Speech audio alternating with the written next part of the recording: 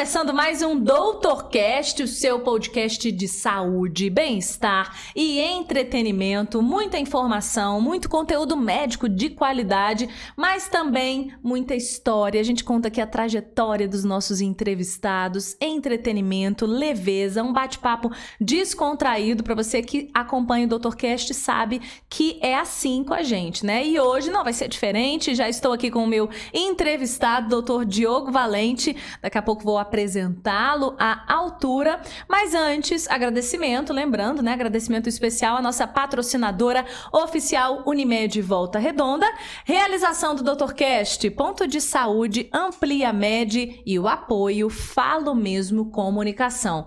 Bora lá então para mais um super bate-papo com o Dr. Diogo Valente, que já está aqui com a gente. Muito obrigada, doutor. Eu que agradeço o convite e a oportunidade de estar aqui com vocês. Bom demais a gente contar um pouco da sua trajetória, um pouco da sua especialidade. Vou dar aqui, ó, como eu sempre começo falando o histórico, e eu já aviso, né? Se faltar alguma coisa, que esses médicos têm um histórico, gente. E vai e volta, é um negócio. Se faltar alguma coisa, você me corrija, por favor, tá? Pode deixar. Vamos lá, olha, médico e mestre em medicina pela Universidade do Estado do Rio, residência médica em radioterapia pelo Instituto Nacional de Câncer, membro titular da Sociedade Brasileira de Radioterapia e profissional habilitado, né, para uso, preparo e manuseio de fontes radioativas, habilitado pela Comissão Nacional de Energia Nuclear. Doutorado em andamento, olha só, gente, esse povo não para, pelo programa de pós-graduação em Ciências Médicas na área de imuno-oncologia, certo? Correto, certo. Certo, gente, falei para vocês que esse histórico é sempre longo. Mas também, doutor, me fala, porque você é responsável técnico pelo setor de radioterapia, isso da Unimed em Volta Redonda. É onde hoje você atua efetivamente. Isso, de verdade. Nós estamos começando o serviço, inaugurando o serviço de radioterapia do Hospital Unimed Volta Redonda. É um serviço que está vindo com uma proposta de ser um vale de saúde oncológico dentro do sul do estado e dentro do estado do Rio de Janeiro, né? A gente está trazendo o que há de mais inovador em tecnologia de radioterapia para o enfrentamento do câncer.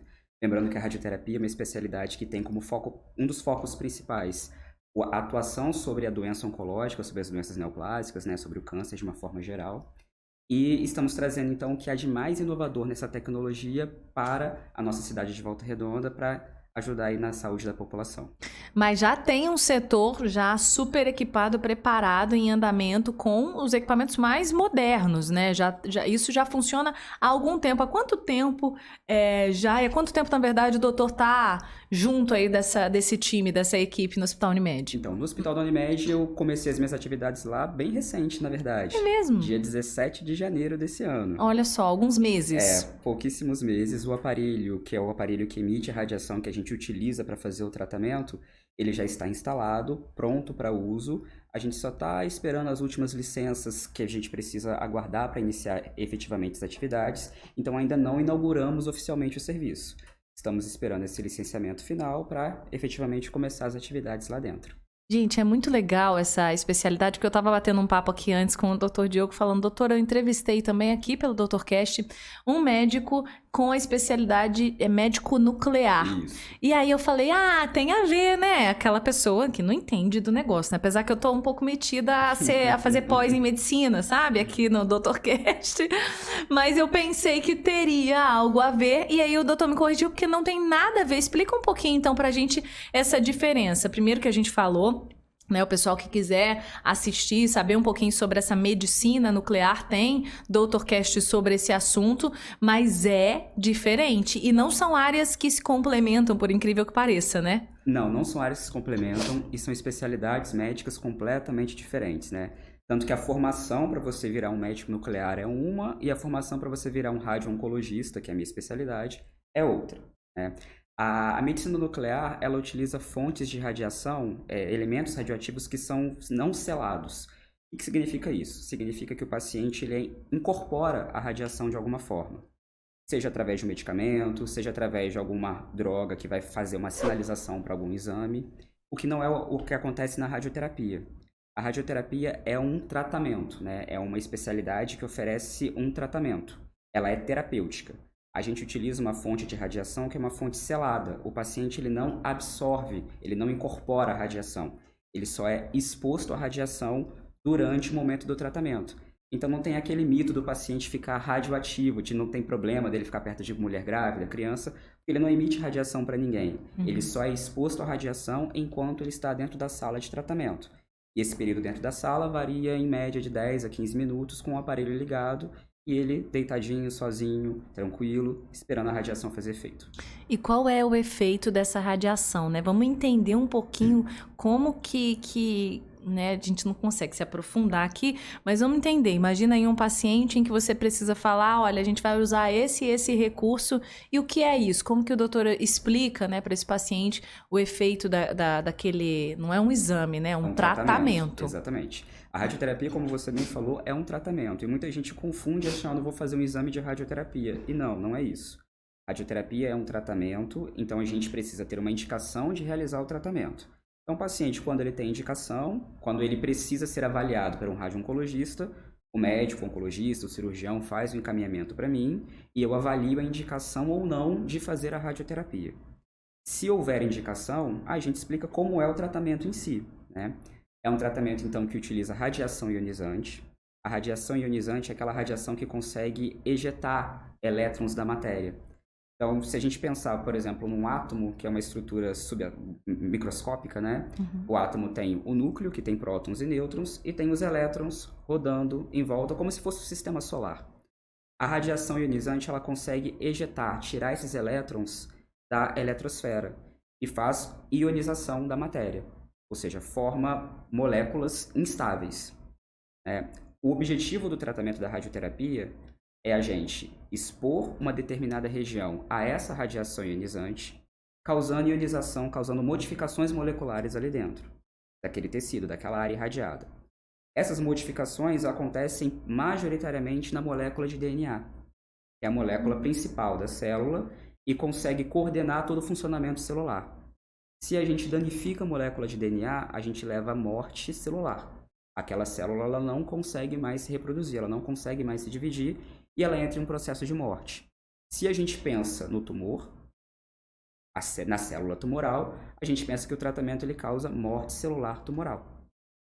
Né? O foco terapêutico, né? A razão terapêutica da radioterapia, o objetivo do tratamento é a gente causar morte celular no tumor e causar o mínimo de morte celular no tecido sadio que está em volta do tumor. E aí, por isso que é importantíssimo a tecnologia. O avanço tecnológico que foi incorporado na radioterapia, com informática e com outros conhecimentos, permitiram com que a gente conseguisse direcionar o feixe de radiação com muito mais precisão para a região tumoral, minimizando que o tecido sadio que está em volta sofra com esses danos. Seja, os danos atinjam esse tecido em volta e por isso tanta tecnologia, modernidade que nós já temos aqui. Só esperando esses ajustes aí. Mas já temos, como você disse, referência não só no sul do estado, mas podemos dizer que inclusive é no estado do Rio. Na verdade, assim, se a gente for pensar na tecnologia incorporada hoje pelo Hospital da Unimed, a gente está falando da melhor tecnologia que existe no mundo em radioterapia convencional. A radioterapia convencional que a gente vai falar são a radioterapia que usa energia de fótons e energia de elétrons. Existem algumas outros tipos de radioterapia que ainda não existem no nosso país, né? Mas assim, do que existe disponível no Brasil e dessa tecnologia, o que é comparado com o resto do mundo, nós temos o melhor. Nós temos um aparelho equipado com a melhor tecnologia possível para executar o tratamento para o câncer. Gente, que legal isso aqui, né? Pertinho, você poder ter, como médico, eu acredito que seja, assim, transformador, vocês ter acesso a um equipamento desse, que tão moderno, com essa tecnologia tão avançada, podendo utilizá-lo, né, de forma tão assertiva, como você disse, direcionando bem ao tratamento, principalmente quando vocês falam do câncer, né? Que é a demanda mesmo dentro do trabalho de vocês, e é diferente do exame, que aí, vamos lá, muita gente fala na rádio, não sei se talvez, como você disse que confunde, talvez lembrando do raio-x? Sim. É isso? É essa confusão? E é diferente Em qual sentido exatamente? Porque eu imagino lá, uma máquina em que você entra e emite ou precisa de injetar alguma medicação, como que funciona? Quais são essas diferenças? O aparelho que produz a radioterapia, que faz o feixe de radiação que a gente utiliza na radioterapia, é um acelerador linear que a gente chama. Esse acelerador ele emite fótons, ou seja, energia, de raio-x, que é o mesmo raio-x da medicina diagnóstica. Da radiografia convencional, do raio-x de tórax, que todo mundo está habituado a fazer, do raio-x de membros quando fratura alguma coisa. É o mesmo raio-x de uma tomografia. É o mesmo raio-x. Uhum. A diferença é a energia desse raio-x, né? Na radioterapia, a gente fala de fontes da nossa radiação na casa de megavoltagem. Enquanto que na radiologia diagnóstica, a energia fica por volta de quilovoltagem. Ou seja, o potencial da radioterapia é 1000 vezes mais do que da radiologia convencional. O exame ele é superficial, enquanto o tratamento é muito mais profundo. Como você disse, vai lá no DNA mesmo. Vamos tentar melhorar isso um pouquinho. O exame ele é superficial, a radiação é fraca, digamos assim, comparada com a radiação da radioterapia. Na radioterapia a gente tem muito mais radiação do que a gente tem no exame de tomografia, no exame do raio-x.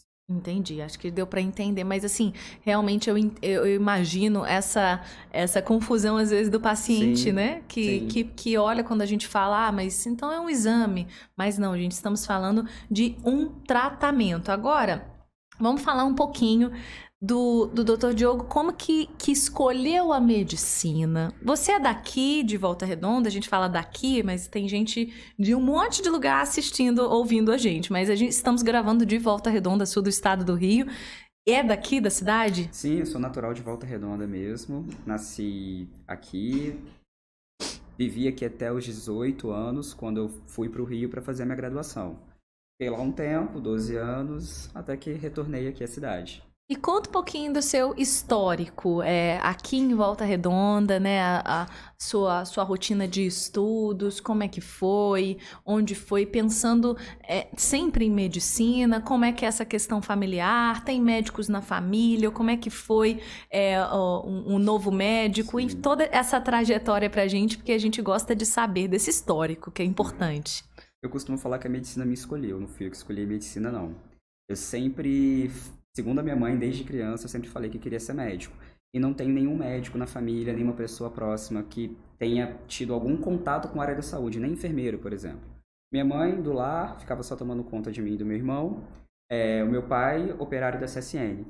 Então, nenhuma relação com a área de saúde.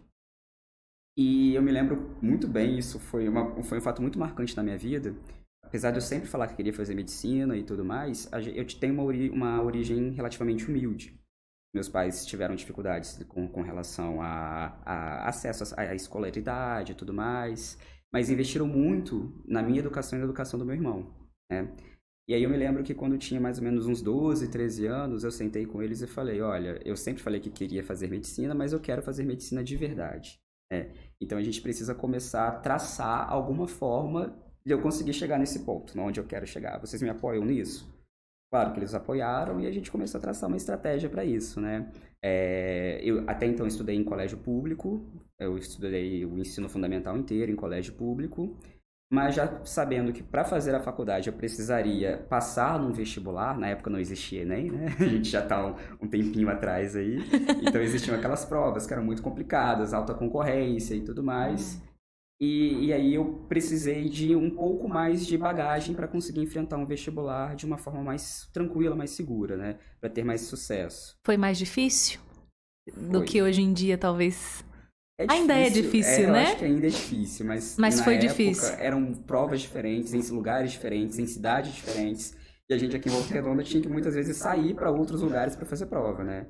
Então, se você pensa, talvez, nas dificuldades além da prova, você tem, às vezes, dificuldade financeira também, de deslocamento, hotel e blá, blá, blá, né? Então, era bem complicado. Você não tinha o conforto de fazer uma prova que você aplica para todo o país. Você tinha que ir até o lugar que você queria fazer o vestibular. Então, você sentou com a família e juntos ali traçaram esse plano, né? Esse plano mirabolante de o que vamos fazer com 12, 13 anos, olha só que Exato. maturidade, mas assim, que foco e determinação já desde muito cedo para pensar em como chegar, como alcançar aquele objetivo.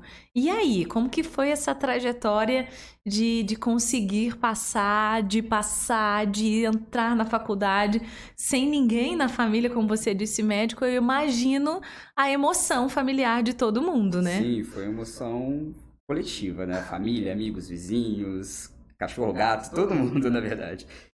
Foi uma dedicação, não só minha, uma dedicação dos meus pais também, do meu irmão. A gente teve abrir mão de algumas coisas para conseguir esse objetivo, né? Conseguir ter sucesso nesse objetivo. Então, a aprovação foi muito vitoriosa, foi um momento muito feliz na minha vida. Só que com a aprovação veio um outro problema. O que fazer agora, né? Não tem faculdade pública de medicina no Rio de Janeiro, aqui em Volta Redonda, melhor dizendo. Então, eu precisei me mudar para uma outra cidade, que no caso foi o Rio de Janeiro. E aí é a questão de você se adaptar a uma cidade diferente, longe da família, e com uma rotina diferente, uma cidade grande, com todos os problemas que a gente conhece de uma cidade grande.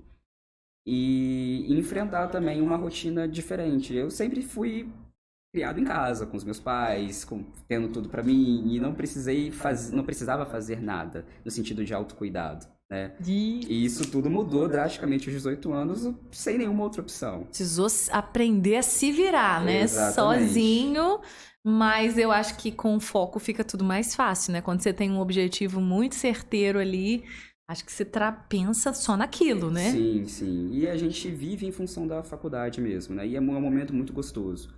Apesar de ser estressante em alguns momentos, muito, muito cansativo, mas é um momento muito gostoso do processo de formação. Você faz amizades e convivem com você mais do que a sua família durante 6 anos ali, né? Acabou a faculdade, geralmente são pessoas de lugares diferentes também, se espalham pelo Brasil aí, e você mantém contato até hoje como se fossem irmãos, como se fossem pessoas próximas. E como é que veio essa ideia dessa especialização, né? Ou sempre quis esse tipo de especialização ou sempre quis, ponto, primeiro ser médico, depois decido para qual área vou partir? Também, da mesma forma que a medicina me escolheu, a oncologia também me escolheu, né? Eu sempre falei que, quando eu descobri o que era câncer, eu sempre falei que queria ser médico de câncer. Então, o meu foco, quando eu sentei com os meus pais com 12 anos, já era pensando que eu queria ser médico de câncer. O foco, quando eu entrei na faculdade, já era pensando que eu queria ser médico de câncer, né? Então foi uma coisa meio que natural. E dentro da oncologia, desse tratamento do paciente oncológico, né, nós temos 3 grandes especialidades, assim. A oncologia clínica, que é responsável pelo tratamento sistêmico, quimioterapia, imunoterapia, terapia-alvo. A cirurgia e as suas ramificações, né, urologia, a ginecologia oncológica, mastologia. E a radioterapia, que é uma especialidade um pouco diferente, que praticamente a gente não tem contato durante a graduação. Os próprios médicos não sabem que a radioterapia é uma especialidade à parte. Acham que confundem com a medicina nuclear.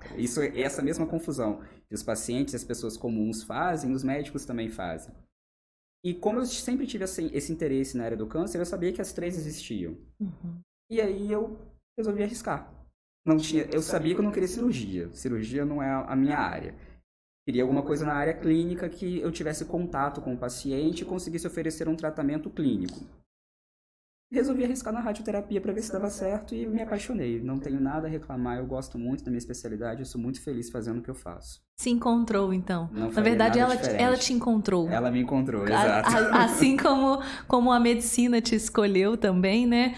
Mas eu posso dizer que com certeza foi uma escolha sua, foi um combinado aí das 2 áreas. Sim. Ela te escolheu e você escolheu porque determinação e foco na sua história aí é o que a gente vê de sobra. E que história, né? Realmente de resiliência, de persistência. Imagino que tenha sido aquele aluno muito dedicado para correr atrás, né? Das vezes de alguns outros déficits, enquanto outros não tinham. Sim. E, né, você disse que estudou em escola pública. Sim, exatamente. Aqui em Volta Redonda. Aqui em Volta Redonda mesmo, durante todo o ensino fundamental. Aí, como parte da minha estratégia para conseguir passar no vestibular e tudo muito mais... Muito estrategista, vocês estão vendo, né, gente? Aí eu consegui entrar prestei um processo seletivo para bolsa num colégio particular aqui em Volta Redonda e tradicionalmente oferecia uma bagagem um pouco melhor para o vestibular e aí eu fui estudar lá. Pronto. E nerd, gente, olha, inteligente. Ninguém consegue bolsa à toa, não, né? Bom demais, olha que história. Estamos começando, entendendo um pouquinho dessa sua história. Agora vamos falar um pouquinho novamente sobre a radioterapia, que novamente é um tratamento. Vamos ver se eu estou falando certinho, porque eu tenho aqui o histórico, realizado com radiação ionizante. Então, que ajuda a destruir ou impedir o crescimento de células tumorais. Falei bonito. Que eu tô lendo.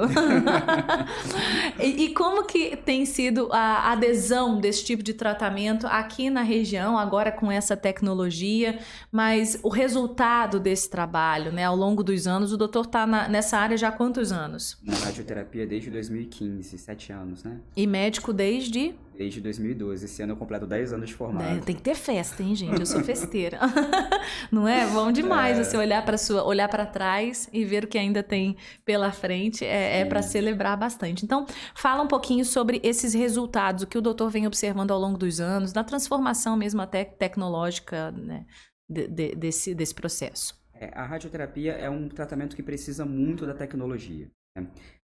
Hoje, por exemplo, a gente sabe que com a tecnologia que a gente tem na radioterapia, a gente pode ter mais sucesso terapêutico, mas principalmente a gente consegue controlar os efeitos colaterais da radioterapia, que sempre foram muito temidos, né? Se você procurar no Google o que a radioterapia causa, você vai ver lá queimadura, sangramento retal, enfim, é uma especialidade que sempre teve muito estigma de ser muito tóxica, assim como a quimioterapia. Os pacientes vivem perguntando o que é pior, é rádio ou é químio? Não tem muito isso, né? Uhum.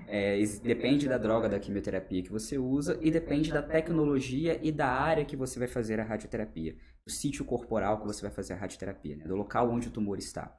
Então, tudo isso tem influência nos efeitos colaterais. Mas, se a gente for comparar no ponto de vista histórico, assim, acho que não teve muita mudança com relação a controle de doença, a cura de doença, quando a gente compara a era antiga da radioterapia com a era atual. Uhum. Os resultados, o que os estudos mostram pra gente é que a gente continua curando na mesma proporção. É um tratamento que pode ser utilizado de forma curativa, ou seja, com o objetivo de erradicar o tumor, seja sozinho, ou de forma isolada, seja associado à quimioterapia ou à imunoterapia, seja secundário após uma cirurgia ou antes de uma cirurgia. A gente chama de tratamento neoadjuvante, quando é antes da cirurgia, e tratamento adjuvante, quando é após a cirurgia.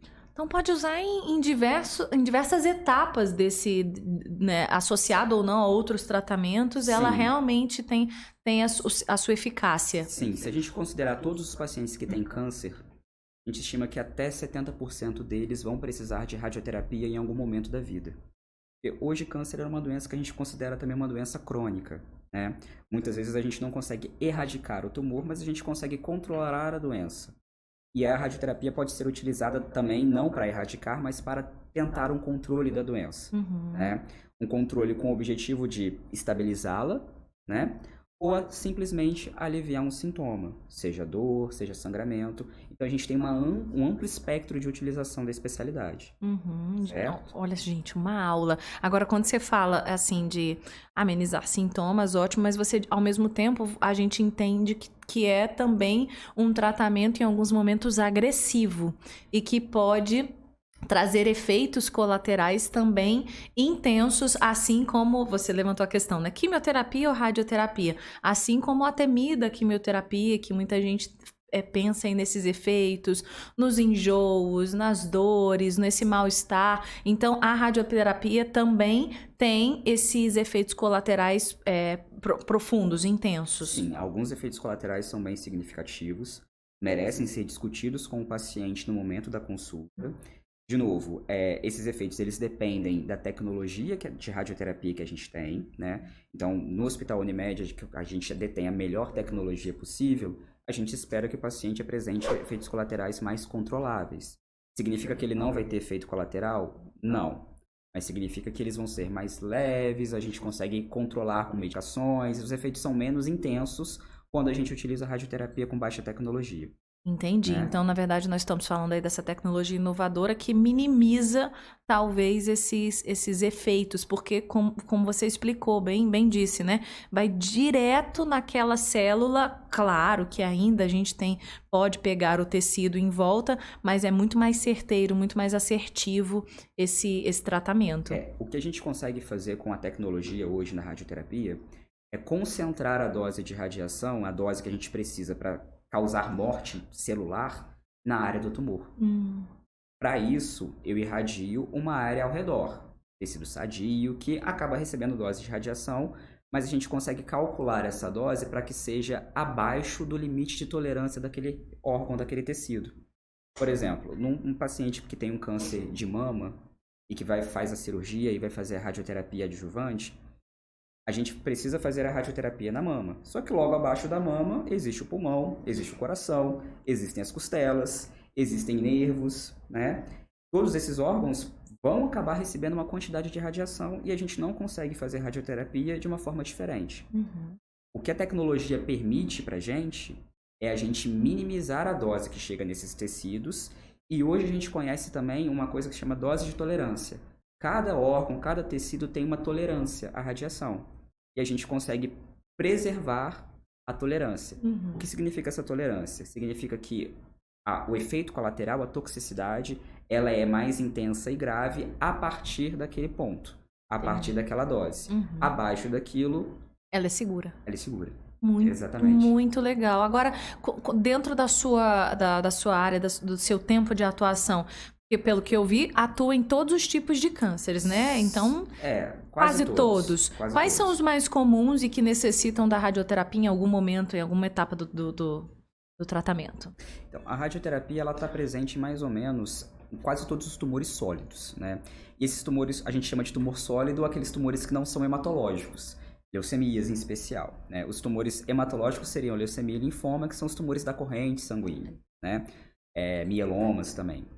A radioterapia atua dos tumores hematológicos em linfoma e mieloma, e em todos os outros tumores sólidos. Os mais frequentes que a gente observa na prática são os mais incidentes na população, são os tumores que mais aparecem na população mesmo. E aí a gente vai falar de lavada, assim, que ganha de lavada é câncer de próstata e câncer de mama. É mesmo? A gente... Câncer de próstata é o câncer mais incidente em homens, tirando o câncer de pele e não melanoma. E o câncer de mama é o câncer mais incidente em mulheres, tirando o câncer de pele e não melanoma. Então, são os tumores mais frequentemente que a gente observa na rotina da radioterapia. E quando a gente fala de cura, utilizando a radioterapia, tem um avanço, depende muito, eu acredito, do estágio, né, desse câncer, é isso, né? Sim. A cura em oncologia, de uma forma geral, ela depende das características da doença, né? Das características biológicas da doença e depois de um determinado período de acompanhamento. Não significa que o paciente terminou um tratamento, teve uma resposta, que aquele paciente está curado. A gente precisa acompanhar um paciente durante pelo menos 5 anos para avaliar como vai ser a evolução dele, né? Mas assim, a radioterapia é um tratamento que é utilizado de forma curativa, seja isolada, seja em associação a outras especialidades. No caso do câncer de próstata, por exemplo, é um tumor potencialmente curável em alguns estágios usando radioterapia sozinho, né? Seja a radioterapia interna, que é a bracterapia, seja a radioterapia convencional, a radioterapia externa, que é a teleterapia que a gente fala, que é o que a gente tem hoje na Unimed Volta Redonda. Qual é o nome, então? A radioterapia externa, ou teleterapia. Que é esse aparelho que a gente estava conversando. Isso, que tem alta tecnologia. Né? Então, aí a gente consegue curar pacientes com câncer de próstata, substituindo a cirurgia, inclusive. Olha! Né? Existe um trabalho que é um trabalho bem famoso, que, se eu não me engano, ele é de 2015, 2016, que ele comparou no câncer de próstata inicial algumas modalidades de tratamento, né? Cirurgia em especial versus radioterapia. E comparando as duas modalidades, ele observou que você não tinha diferença de sobrevida e de controle de doença, seja o paciente operando, seja o paciente fazendo a radioterapia. Então, para um paciente que não quer fazer a cirurgia, ou para um paciente que tem alguma contraindicação ao procedimento cirúrgico, a radioterapia pode ser utilizada de forma curativa no caso do câncer de próstata inicial. Olha né? que legal, gente. Pode substituir, obviamente, né, em casos pontuais, a cirurgia. Exato. No caso do câncer de mama, que foi outro exemplo que a gente falou, a radioterapia é utilizada em todos os estágios, geralmente associado à cirurgia, né? A paciente opera e geralmente faz a radioterapia após a cirurgia, que a gente chama de radioterapia adjuvante. Ah, mas doutor, eu vou fazer uma radioterapia numa mama que não tem mais o tumor, porque se eu operei, eu tirei o tumor, por que eu preciso fazer a radioterapia ali? Porque a gente faz a radioterapia também em áreas de risco de desenvolvimento de doença. Então, assim, naquela mama que foi operada e que já teve um caso de câncer, a mama como um todo é uma potencial área de recidiva de doença. É a doença voltar.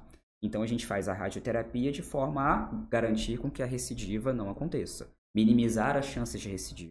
Então, na verdade, ela vai ali atestar, fechar com chave de ouro mesmo a cirurgia. Ela vai melhorar todo esse processo. Eu costumo falar com o paciente o seguinte, com a paciente, né, nesses casos.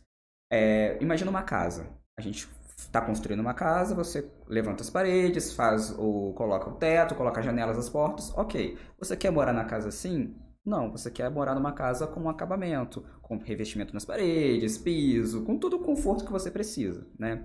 Então, o tratamento oncológico a gente pensaria mais ou menos nisso. Você precisa ter um ambiente seguro e confortável para você morar. Então, você precisa, às vezes, fazer um tratamento inicial, que é um tratamento mais, digamos, não é bruto a primeira palavra, mas um tratamento de início, né, de primeira linha. E depois a gente faz o acabamento com os outros tratamentos, com a radioterapia, com a quimioterapia ou com a cirurgia, e varia de acordo com cada tipo de tumor. Show, gostei da analogia, porque aí você realmente faz o arremate. Exato. Né? Faz o acabamento do tratamento. É o acabamento, e acabamento é tão importante quanto a etapa inicial, para trazer realmente um ambiente saudável ali. Exato. Adorei a analogia. A cirurgia é um tratamento macroscópico. O que significa isso? Significa que o cirurgião ele retira o que ele está vendo com uma margem de segurança. Certo? Mas naquela margem de segurança, ou além da margem, podem existir células. E células são microscópicas, a gente não consegue vê-las ali, né? O objetivo da radioterapia é tratar célula. Lembra que a gente conversou que ela danifica o DNA tumoral. Então, fazendo a radioterapia, qualquer célula tumoral residual entra em processo de morte. Então não adianta fazer só a cirurgia e dar linha, e tem que realmente, o tratamento completo consiste em finalizar nesse caso específico, com a radioterapia. Exatamente. Doutor, antes de eu partir para uma outra etapa aqui da nossa conversa, faltou alguma coisa importante da gente falar desse assunto? Porque sei que é um assunto vasto. O nosso público, como eu te disse anteriormente, nós temos médicos de especialidades diversas nos assistindo, mas temos também o público leigo, como eu, que faço às vezes aqui das perguntas, às vezes óbvias. Mas eu sempre digo, o óbvio precisa ser dito, né? Claro, sempre. Então, acha que realmente a gente precisa pontuar algo mais dentro da sua especialidade?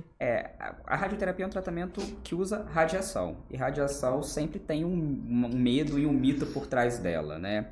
E aí, eu vou utilizar radiação para tratar um câncer, mas a radiação não causa câncer também? A radiação não traz outros problemas? É seguro o tratamento? Sim. A radioterapia é um tratamento que é empregado desde 1904, 1908, eu não tenho muita certeza da data, mas é no início dos anos 1900, né? Início do século passado. Então, assim, é um tratamento de longa história. E de longa história mostrando segurança. Existe um risco de neoplasia induzida pela radiação? Existe. O que seria isso? Seria a radiação causar algum dano, né? Causar o surgimento de outros tumores. Isso existe. A gente sabe que isso pode acontecer ao acaso, mas também pode não acontecer. Isso é probabilístico. Não significa que expor uma área à radiação vai levar ao surgimento de um tumor ali, né? Mas, no caso, quando ela precisa ser empregada, não utilizar a radiação significa aumentar as chances de morte decorrente da doença.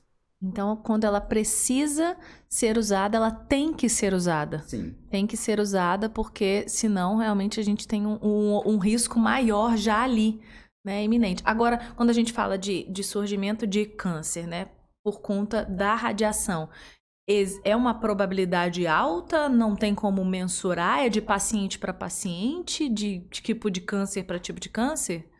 Isso é uma probabilidade relativamente baixa, né? Principalmente quando a gente fala de pessoas mais jovens, de crianças, que têm um período de vida maior, teoricamente, né, do que um idoso. Então, o risco dessa pessoa ter um segundo primário, ter uma neoplasia desenvolvida pelos efeitos da radiação, acontece. É um pouco maior do que uma pessoa mais idosa que faz a radioterapia, e aí essa pessoa não tem aquela sobrevida tão longa assim por conta das questões da idade. A gente Então, pensa ao contrário, né? Às vezes, pensar, porque a pessoa às vezes é mais velha, tem mais debilitada por conta da idade, então, naturalmente, isso pode.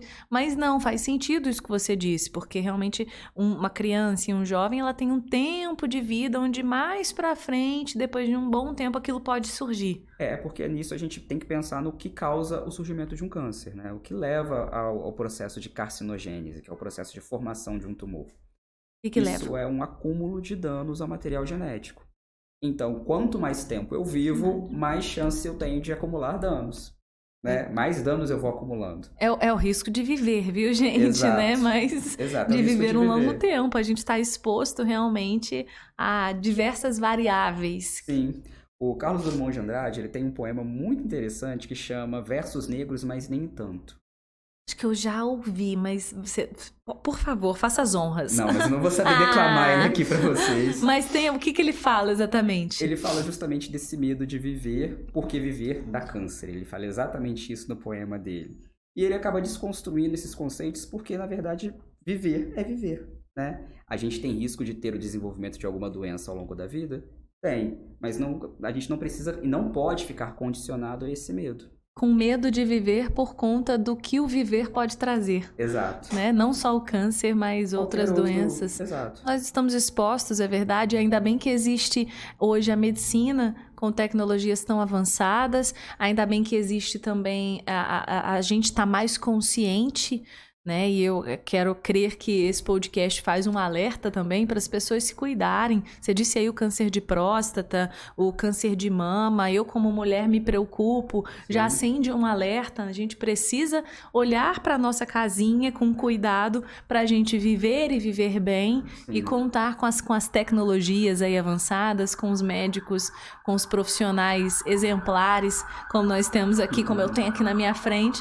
Mas que bom ter isso, mas realmente ficar com medo não dá. Exato. E hoje a gente consegue realmente minimizar a dose de radiação que chega nos tecidos e, consequentemente, a gente diminui ainda mais esse efeito tão temido que é o efeito da radiação causar câncer, né? Uhum. Mas isso de fato pode acontecer, isso é probabilístico, a probabilidade é pequena e quando o tratamento precisa ser empregado, o benefício em fazer é maior, muito maior do que a probabilidade remota do surgimento de uma doença. Muito importante a gente falar isso. Escutamos aí um barulhinho, não sei se o pessoal escutou ao fundo aí, um barulhinho de sirene, né? Assim, gente, podcast é assim, mas a gente vai tocando pra gente dar sequência ao nosso bate-papo, não cortar, porque tá bom demais. Bom, agora fechamos um pouco essa parte aí, né, de radioterapia, entre aspas, porque não dá para dividir tanto, mas eu queria saber agora do Dr. Diogo uma história que te marcou. Antes de eu pular, na verdade, para uma outra etapa, se existe alguma história, acredito que sim, mas a gente gosta de, como jornalista, eu amo escutar boas histórias. E as pessoas também gostam de escutar e de contar. Então, existe algum case que você pode trazer que marcou a sua vida pessoal, profissional, seja na faculdade, enfim, na sua história familiar? É muito difícil falar de um caso que marcou trabalhando com oncologia, porque eu acho que todos os casos marcam bastante, né? A gente, enquanto um profissional de saúde que está lidando ali, a gente não é um robô que está atuando em cima de um determinado paciente, uma determinada doença. Eu acredito muito hoje na medicina em que a gente olha o paciente como um todo, em todos os seus aspectos que existem, né? Os aspectos biológicos, os aspectos psicológicos, emocionais, familiares, espirituais. Nós somos uma pessoa, né? Somos pessoas e com toda a complexidade do que a palavra exige. É muito complexo. Então, a gente precisa ter a compreensão dessas particularidades. Entendendo também que nós, enquanto pessoas, também temos todas essas compreensões, todas essas particularidades. Mas eu me lembro muito bem de uma paciente, e eu fiz o tratamento dela de radioterapia talvez em 2017, 2018, e era uma paciente que tinha muito medo do tratamento. Era uma paciente que tinha um câncer no ânus, né, na região anal. Era um tumor bem avançado e a proposta para esse tipo de tumor é fazer radioterapia e quimioterapia com objetivo curativo, com o objetivo de resolver o problema dela. Claro que um tumor avançado, a gente fica mais preocupado com os resultados do tratamento, se a gente realmente vai conseguir um resultado satisfatório, que seria, no caso dela, a remissão da doença e entrar no controle de cura, que a gente fala. E ela era uma paciente muito ansiosa, a filha era uma pessoa muito ansiosa, então elas praticamente não deixavam eu falar durante a consulta, tamanho as demandas e as necessidades delas. Depois de um determinado tempo de conversa, da história clínica, conversando sobre a história clínica dela, expliquei para ela que a gente faria o tratamento, expliquei para ela quais eram os efeitos colaterais que o tratamento podia acontecer, e ela ficou muito assustada com tudo, né? E começou a chorar. E aí eu virei para ela e falei, olha só, dona fulana, eu entendo o quão difícil é lidar com essa situação. O peso, o câncer ele tem um peso muito, a palavra tem um peso muito forte, mas a gente não pode fazer da dor maior do que a própria dor. A gente não pode fazer do tumor, do câncer em si, o medo do câncer ou o medo de enfrentar um câncer um problema maior do que o próprio câncer. Né? A senhora tem uma equipe de médicos, inclusive eu estou aqui e isso agora é como se fosse um casamento. Eu preciso que a senhora confie em mim e eu vou confiar na senhora que a senhora vai fazer as minhas recomendações. Estamos casando a partir de hoje e vamos andar juntos nessa trajetória aí do seu tratamento, né? Ela se lembra disso até hoje, isso foi em 2017, estamos em 2022, toda vez, hoje eu não tenho mais contato com ela, que na época eu estava no Rio, atuando no Rio, mas ela tem os meus contatos, pelo menos umas 2 vezes por ano, ela me liga para falar, olha, quero saber como é que anda o nosso casamento. Que legal isso, gente. Criou-se uma relação ali de confiança. Exato, que é o principal para qualquer tipo de relação, incluindo a relação médico-paciente. Que legal, gente. Eu imagino que são muitas histórias, mas sempre tem aqueles casamentos que marcam. Exato. No caso, foi esse específico que você pôde compartilhar com a gente. E pra gente encerrar agora sim, me diz aí uma perguntinha que eu sempre faço, né? O Fernando tá aqui, que é o nosso operador, ele sabe, né, Fernando? Tá nos bastidores e a pergunta que eu faço é a seguinte, olha, quem é o Dr. Diogo Valente sem o doutor? Sem o doutor na frente, né, ali, no seu... Não é um bate-bola, né, meio Pedro Bial, não, assim, mas é assim, os seus hobbies, a sua alegria, que eu sei que a gente encontra na medicina, mas de um modo geral, tirando essa parte médica, conta pra gente um pouquinho, que ele falou que ele era tímido, mas vocês viram que os tímidos aqui, eles são maravilhosos, adoro entrevistar os tímidos, porque eles realmente, de tímidos não tem nada, mas é mais introvertido. Sim. E conta um pouquinho então. Eu sou uma pessoa bem tranquila, né? Eu gosto muito de ficar em casa, tenho um hábito muito de ficar lendo, mas também gosto de me aventurar um pouco por aí. Adoro caçar uma cachoeira pelo sul do estado, em algum lugar aí na Serra de Itatiaia. Fazer rapel na cachoeira também eu curto bastante. Gente, gosta de uns esportes mais radicais. Mais radicais. Rapel, é isso mesmo? Assim, quanto tempo já? Não, eu não faço com muita frequência. Quando possível, a gente faz. Talvez uns 2 anos que eu tenho feito. É mesmo, doutor. E na verdade... Doutor não, vou tirar aqui o doutor, né? Que eu falei o Diogo, né? Então, é mais caseiro, gosta de uma boa leitura. Tem algum livro que, já que aproveitando o gancho aí, que você poderia indicar... de qualquer área, ou algum livro que, de um modo geral, te marcou? Você pode indicar? Essa é uma boa indicação, Aline. Olha, difícil falar também, porque eu tenho um gosto muito eclético para leitura. Eu leio de tudo um pouco, né? Talvez o último que eu tenha lido, e achei muito interessante, Agora, chama... É até um pouco contextualizado com o que a gente está vivendo agora, com essa questão da Rússia, Ucrânia, né? Chama Vozes de Chernobyl. Olha. É um livro de uma autora que é bielorrussa, e ela é uma jornalista também, né? E ela conta um relato, na verdade, ela coletou histórias de pessoas que viveram, em todos os aspectos, a tragédia de Chernobyl. Operadores da usina, os camponeses que moravam nas adjacências, pessoas do governo que estavam envolvidas. Então mostra o quanto a minha especialidade, né, o que tem a ver com a minha especialidade, que é a radiação, o quanto ela pode ser perigosa quando ela não é utilizada de forma correta e prudente, né? Não tem nada a ver com a radioterapia, que é um tratamento seguro, né? A gente está falando aí de uma usina nuclear, que é uma outra situação, mas que... esbarra ali, né, um pouquinho. Tem a ver com a radiação, tem um pouco de interação e... Foi uma boa leitura. Sim, foi uma boa leitura. Que legal. E como a gente fala, assim, de histórias, né? É sempre bom ouvir histórias. Histórias agregam. Então, eu acredito que tenha sido, talvez... essa visão dessa escritora de trazer através de histórias verdadeiras, como que as histórias conectam, né, e nos ensinam. Por isso que eu falo, o jornalista gosta de contar boas histórias, ouvir boas histórias, e realmente as histórias, como você contou aí desse caso, dessa paciente, como que elas nos ensinam de alguma forma. E é justamente, na verdade, uma interseção entre as duas áreas, né, as duas profissões. A medicina também é uma coleção de histórias. É verdade. Cada paciente tem a sua, cada paciente tem a sua trajetória, tem os seus sintomas, mas também tem a sua trajetória de vida, tem o que ele precisa falar. E a consulta médica, né, eu sempre imaginei assim, principalmente a primeira consulta, ela é muito mais do que eu coletar informações. Eu preciso ali estar conhecendo a pessoa e entender ela, enquanto pessoa, como eu posso oferecer o meu tratamento para auxiliá-lo de alguma forma. E com isso você monta a sua história. Né, a gente produz as nossas histórias com base nas histórias que a gente tem contato dessas pessoas que tanto nos agregam, nos ensinam, a gente vai construindo a nossa. Muito legal o nosso bate-papo, viu, gente? Rende, é bom demais. Gostou, doutor? Muito, Ele muito tava gostoso. Assim, e aí, Aline? Eu falei, não, vamos que vamos, né? A gente vai conversando e vai rendendo, e é assim mesmo. A gente poderia ficar aqui muito mais tempo falando sobre sonhos, sobre a história dele, do doutor que passou por tanta resiliência e tantos desafios para se tornar médico.